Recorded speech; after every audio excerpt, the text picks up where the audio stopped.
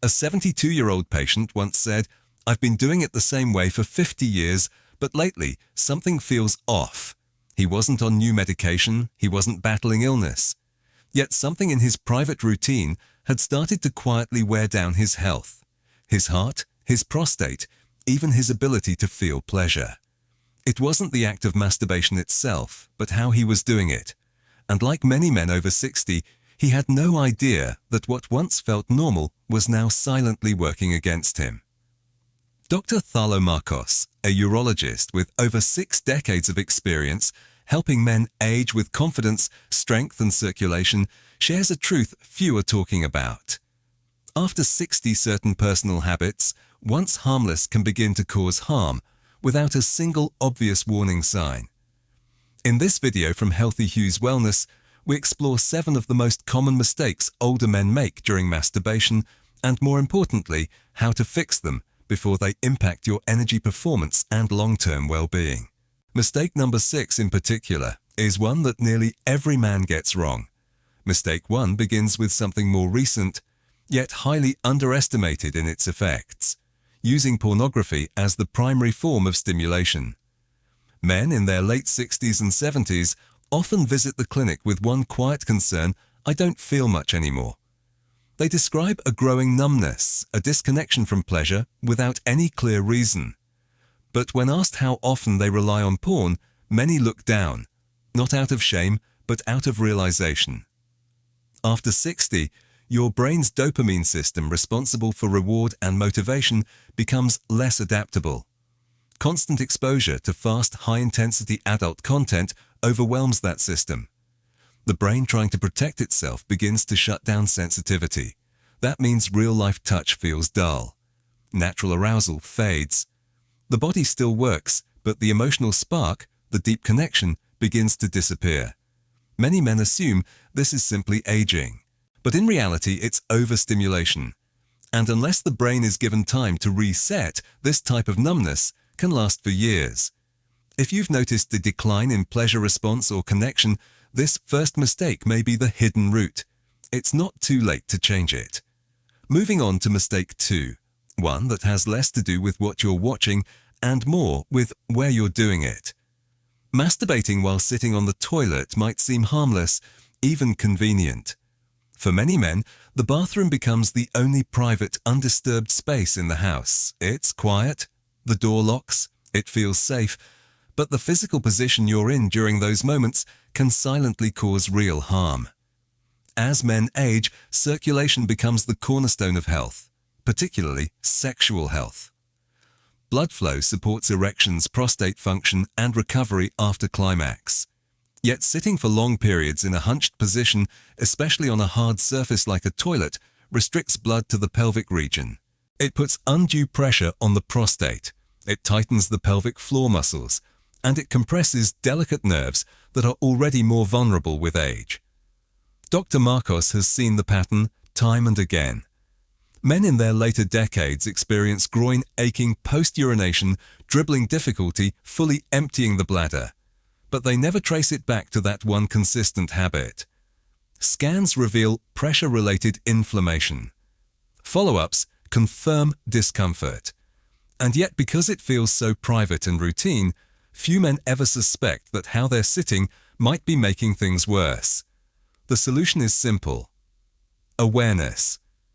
If this sounds familiar, change your environment. Recline. Stand if you prefer. Give your pelvic area space to breathe. Let circulation do its job. Because the truth is, your prostate has been quietly asking for relief, not through pills, but through posture. These 2 mistakes, while common, are often overlooked, but together they lay the groundwork for a slow erosion of sexual sensitivity, emotional connection, and physical comfort. And yet, with just a little attention and small changes, the body, even after 60, is capable of remarkable renewal. And what's coming next will reveal another mistake that has nothing to do with tools or position, but with something even more subtle: time. Because rushing through something meant to be felt is another way we train the body to disconnect. And that will be the focus of the next insight. Dr. Thalo Markos has seen this pattern far too many times. Men in their late 60s and 70s, quietly dealing with swelling groin discomfort, lingering urine after peeing, or the unsettling feeling of not being able to fully empty their bladder. And yet most never make the connection between these symptoms and one seemingly harmless habit, masturbating while seated on the toilet. It feels private, safe, familiar, but this position, especially in older age, can silently trigger a chain of stress in the body that affects everything from intimacy to basic urination. As circulation becomes increasingly vital with age, the way you sit matters. That hunched, compressed posture many men adopt on the toilet restricts blood flow in the pelvis, presses on the prostate, and locks tension into the pelvic floor. Over time, this creates subtle nerve damage, the kind you don't notice immediately, but that compounds year after year. Dr. Markos has reviewed the scans, listened to the stories, and followed the long-term outcomes. The conclusion is clear. What seems like a quiet moment of privacy may actually be training your body to function less efficiently, but the fix doesn't require medication or major lifestyle shifts. It starts with awareness. Changing the environment, standing instead. Reclining, giving your pelvic region space to breathe and circulate freely. Because your prostate is not just a gland, it's a sensitive aging part of your body that's quietly begging for relief from daily compression. And just when that insight sinks in, another hidden habit surfaces. One that nearly every older man falls into without realizing how much it rewires the body's ability to feel. Mistake number 3, rushing the experience. Decades of stress routines and cultural conditioning have trained many men to treat masturbation like a task, something to finish quickly, quietly, and without too much thought. But this mindset is especially harmful after 60. The aging body doesn't respond well to pressure, neither physically nor emotionally. When you rush, your nervous system shifts into tension. The heart rate spikes, blood vessels constrict. Hormones like oxytocin and serotonin, the very chemicals that help you feel relaxed and restored, don't get released at their full potential. You might climax, but it leaves you feeling more drained than fulfilled.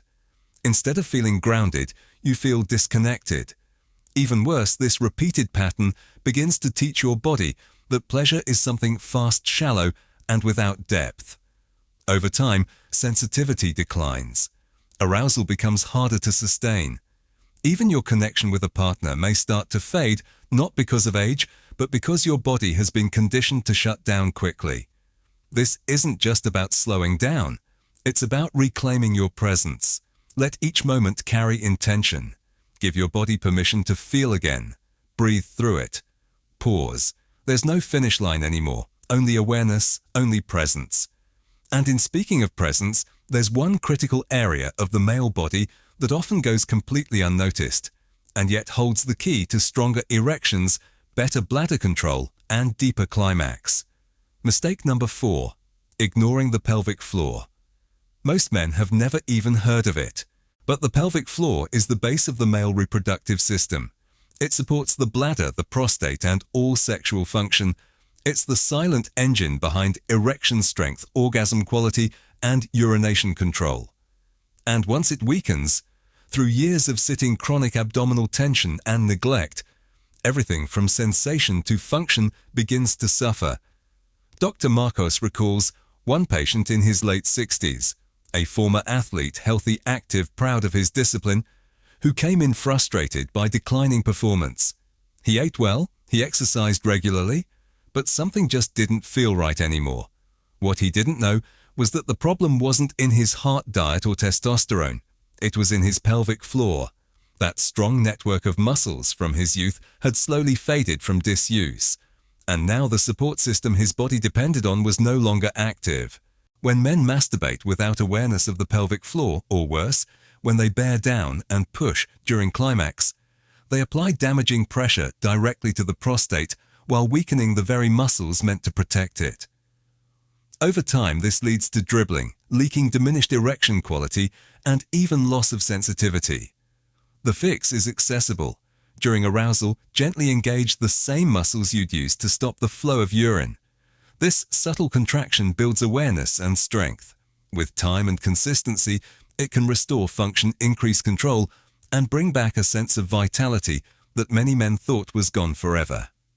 In the journey to age with power and connection, these small details matter. The position you choose, the pace you set, and the muscles you activate all shape how your body responds. And when done mindfully, they can be the difference between aging with frustration or with confidence.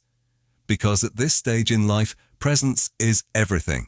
And your body, even now, is still ready to respond. It doesn't happen all at once. It creeps in slowly, year by year, almost too quiet to notice, until it becomes a part of your daily life. Weak pelvic muscles, once strong and responsive, begin to falter with time and neglect. But here's the good news: they can be reawakened. One of the simplest ways is through awareness and gentle activation. During arousal, lightly engaging the muscles you'd use to stop a stream of urine can gradually rebuild strength. This one small habit done consistently not only restores physical control, but also renews a sense of confidence that many men over 60 thought they had lost. And speaking of confidence, it's important to understand that how often you engage in this part of your life, your personal rhythm and frequency, plays a larger role than most men are ever told. Mistake 5 is all about imbalance in frequency, doing it too much or not at all. This is a topic many older men avoid. Some quietly worry they're doing it too often. Others have stopped entirely and aren't sure if it matters anymore. Between outdated beliefs, shame, and a lack of honest conversation, most men end up walking a lonely and uncertain road when it comes to their sexual rhythm. In practice, Dr. Thalo Markos has seen both extremes cause problems. Masturbating, too often, especially out of habit or emotional escape, can overwhelm the body. Energy drops. The prostate becomes irritated. Sensitivity dulls. Recovery takes longer. The spark of true intimacy fades and is replaced with routine, a hollow loop that wears down the nervous system and drains vitality. On the other side, abstaining completely can be just as damaging. Whether from medication guilt or the belief that pleasure no longer belongs in older age, many men shut down this aspect of themselves without realizing the long-term effects. The male body needs circulation. Sexual arousal, even without climax, keeps blood flowing to the genitals, nourishes the nerves, and supports erectile strength. Without it, tissues weaken. Desire fades, and the bridge between physical and emotional connection begins to collapse, slowly, silently. There's no one-size-fits-all number. But for most men over 60, the sweet spot tends to be once or twice a week. Not out of routine, but with care, presence, and respect for the body's rhythm. This kind of frequency maintains hormonal flow, keeps systems alive, and avoids burnout or neglect. The key isn't perfection. The key is listening. The aging body speaks more quietly than it once did, but it still speaks. The real skill is learning how to hear it. Still, even when frequency is ideal, one silent mistake can undermine all progress, and it's something most men do instinctively without ever realizing the harm. Mistake 6 is using too much pressure or force. This may be the most overlooked mistake Dr. Markos sees, and one of the most damaging over time. Countless men sit across from him and say the same things. I don't feel like I used to. It takes more effort. Something's changed. And in many cases, what's changed is a habit they never questioned, the pressure they use during self-stimulation. As sensitivity decreases with age, the body naturally wants to compensate. The common response is to grip tighter, move faster, apply more force. It's understandable. But it's also deeply harmful. Force doesn't restore feeling. It slowly erodes it.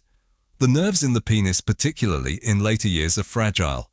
They don't recover the way they once did. Years of excessive friction, tight squeezing, or pressure from hard surfaces can lead to physical damage, micro tears in the tissue, loss of elasticity, and internal scarring. Over time, this can cause the penis to curve, unnaturally reduce blood flow, or even lead to pain during arousal. These changes aren't just uncomfortable, they can be permanent.